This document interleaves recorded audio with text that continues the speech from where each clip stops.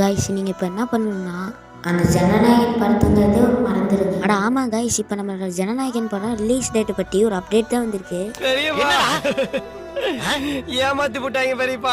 அப்போ தெரி படம் ரிலீஸ் ஆகுது அதுவும் கிடையாதா அப்படின்னு கேட்டிங்கன்னா, அது வந்து ப்ரொடியூசர் கலைப்புலி எஸ்தான் அவர்கள் கிட்ட தான் இருக்குது. இப்போ ஜனநாயகன் படம் மார்ச் மாதத்தில் இல்லையா, அப்போ எலெக்ஷன் முடிஞ்சு தானே அப்படின்னு கேட்டீங்க. அவ்வளோ லேட்லாம் ஆகாது. இப்போ வந்து டேட் என்ன இருந்துச்சுன்னா February 2027 இருந்துச்சு. அந்த டேட்டை அப்படியே சேஞ்ச் பண்ணிட்டாங்க. இப்போ 27 இல்லைன்னா மார்ச் 5ஆம் தேதிக்கு மாற்றிட்டாங்க. சரி யார் டிலே ஆகுது அப்படின்னு கேட்டிங்கன்னா, இந்த படத்தை ராணுவ அதிகாரியை ஒருத்தர் பார்க்கல. அவர் இந்த படத்தை பார்த்துட்டு ஒரு சைன் போட்டால் போதும், அதாவது இந்த படத்தில் மிலிட்ரி சீன்ஸ் எல்லாம் வரதுக்கு அனுமதி கொடுத்ததா அர்த்தம். அப்புறம் அந்த சென்சார் போர்டு பார்த்தீங்கன்னா அவங்க எல்லாம் செக் பண்ணிட்டு தான் இருக்காங்க. அது இதுன்னு போயிட்டு படம் ரிலீஸ் ஆகவே அப்படியே மார்ச் 5 ஆயிரும். சரி இப்போ அந்த படம் எலெக்ஷன் அப்படியே ரிலீஸ் ஆனிச்சுன்னா பிரச்சனை இருக்கான்னு கேட்டிங்கன்னா, பிரச்சனை 100க்கு 100 இருக்கு. ஏன்னா ஜனநாயகன் படத்தை நம்ம எலெக்ஷன் அப்போ பார்த்தா நம்ம விஜய் ஜெயிச்சிருவாரு இல்லை, அதனால மற்ற கட்சிக்காரங்க என்ன சொல்லுவாங்க, இந்த படத்தினால தான் நம்மளுக்கு ஓட்டு கிடைக்கலன்னு சொல்லுவாங்க. அதுதான் பிரச்சனை. ஆனால் அந்த அளவுக்குலாம் அந்த படம் அவ்வளோலாம் லேட் ஆகாது. இது பட்டுன்னு ரிலீஸ் ஆயிடும்.